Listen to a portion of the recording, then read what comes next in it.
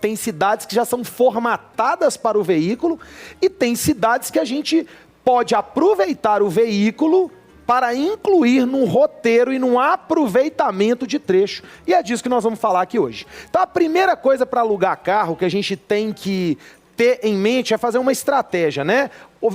Para onde eu vou?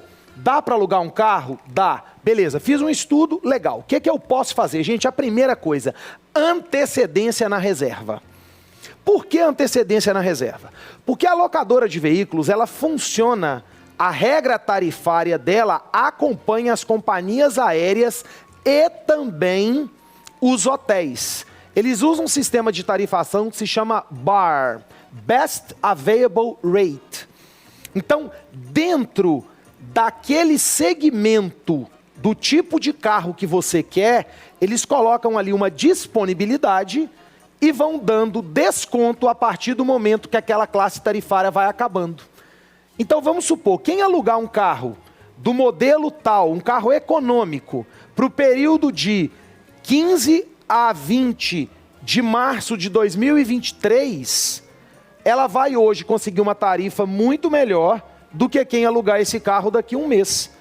Porque, vamos supor que eles tenham 100 carros. A locadora vai colocar os 20 primeiros carros com 30% de desconto, depois do 31 ao 50 com 15% e assim sucessivamente. Então, quanto mais anterioridade você tiver nessa locação, melhor será o seu preço. De outra forma, se você alugar um carro ali na hora, o que a gente chama no turismo de walk-in, o passante, a pessoa que não fez a reserva, você vai pagar uma tarifa balcão, que é uma tarifa muito mais elevada e ainda você corre o risco de nem ter o veículo que você está querendo. Então, a primeira coisa é antecedência. A segunda coisa importante de um veículo numa locação é a documentação exigida para o motorista. No Brasil, Carteira Nacional de Habilitação válida. Isso é importante. Às vezes as pessoas, e a carteira no Brasil, quando ela perdeu a validade, ela tem um mês a mais, né? Tem pessoas que não se atentam para esse fato. Pode chegar lá e não conseguir alugar o carro por causa disso.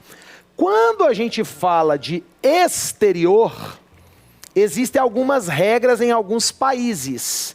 Exemplo, tem lugar nos Estados Unidos, por exemplo, que menores de 21 anos não podem dirigir. Então, essa regra muda. Existem países que exigem a Carteira Nacional de Habilitação, que a carteira seja a internacional. Você tem que comprar um documento que comprove que a sua habilitação é original e vale. Agora, uma coisa que é fundamental. Quando você aluga um carro, você está alugando um carro numa situação que é a dica número 3, que você aluga dentro de um território. Então, todo carro no Brasil, ele é alugado para andar no Brasil. Você não pode, em nenhuma hipótese, ultrapassar a fronteira do Brasil com esse carro. Ah, é? É. Essa é a dica número 3. E por que eu resolvi fazer esse programa? Porque na semana passada eu estava no interior do Mato Grosso, lá naquelas regiões que você sabe onde que eu estou, nos rincões do Brasil, e eu estava numa cidade bem próxima à fronteira com a Bolívia. Eu devia estar a menos de 200 quilômetros da Bolívia.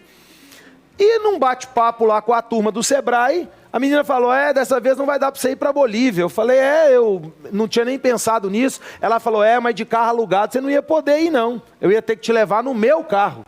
Eu falei, mas por quê? Ela falou, você não pode atravessar essa fronteira aqui com o carro. E foi isso que me despertou a estar fazendo esse programa. Tem muitos brasileiros que vão para Foz do Iguaçu e falam, olha que legal, eu estou na tríplice fronteira. Alugo um carro, vou para o Paraguai e para a Argentina. Não. Fácil, né? Para a Argentina tem uma carta especial que você tem que tirar e se você tiver com o carro alugado, você não vai conseguir tirar. E para o Paraguai você não pode atravessar a fronteira. Então aluguel de carro no Brasil é só para o Brasil? Só para o Brasil. Alguns países da Europa, você pode até passar de um lugar para o outro. Mas tem uma questão que você tem que ter um selo, tem regras e especificidades.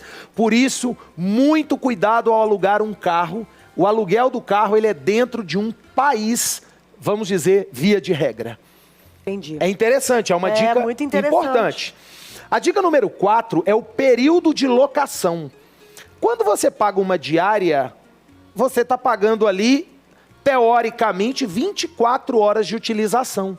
Mas existem algumas locadoras que, quando você vai fazer a aquisição dessa diária, você pode prolongar por mais 1, 2 ou 3 horas a locação sem te cobrar nada a mais. Então você pode conseguir uma locação do período de 24 ser de 27 horas sem nenhum custo adicional. Olha isso. Isso pode salvar uma viagem, porque às vezes, geralmente, você pode estar chegando ali no momento que seu horário pode estar um pouco apertado, você pode ter 2 ou 3 horas de bonificação. Ô, Cris, a Amanda tá falando aqui que a gente tem um radioquestense aí que parece que viajou e quase foi preso com essa história de aluguel de carro. Vamos saber qual que é a história dele. Tá aí, o Alê? Qual que é? Só manda... É o primeiro. Tá, vamos lá. Boa tarde, Fernandinha. Boa tarde, Ale. Tudo bem? Tudo. Meio sumido, né? Mas estamos de volta. Ouvindo o programa, não sabia que carro alugado não pode passar para outro país, não. Fui para Bonito, ele, como lá fica a poucas horas do Paraguai, resolvi ir lá, né, fazer umas compras. Aí aluguei o carro e fui, e voltei. Quase que eu fico preso e tal, velho. Graças a Deus não deu problema, não. Abraço a todos, Carlos de Contagem. Carlos, arriscou, Carlos. Não fez por maldade. Não. Só que, além do risco, o risco da fronteira também é que a partir daquele momento que o carro saiu, ele não está mais seguro, ele não está mais coberto, você quebrou um contrato com a locadora. Porque no contrato está escrito isso, o carro só pode ser utilizado dentro do território em rodovias nacionais. Tem, às vezes, Carlos, tem a então você letrinha fica miúda, esperto, né? hein? Da próxima vez que você alugar um carro, é isso aí. Bacana, obrigado, hein, Carlos? Valeu, querido. Legal, essas participações são incríveis, né? maravilhoso.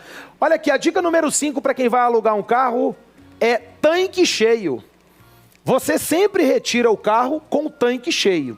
Então você tem que devolver o carro com o tanque cheio. É mais ou menos aquela história da década de 80 que nós aqui lembramos bem da fita de videocassete. É, isso aí. Que tinha que rebobinar. Isso aí, Senão só você tinha que pagava pagar uma multa. Só que a multa do carro que não vai com o tanque cheio, ela é salgada. Eu fiz uma pesquisa nas locadoras. Você paga no mínimo R$15 por litro. Nossa Senhora. Caramba. Por litro. R$15. A locadora que eu aluguei o carro era R$15,90 por litro. Então, se você tiver ali com mais 30 litros para completar, Lê, olha aí que loucura que vai ser isso. Loucura. Então vai ficar quase R$500 ali sua conta de extra.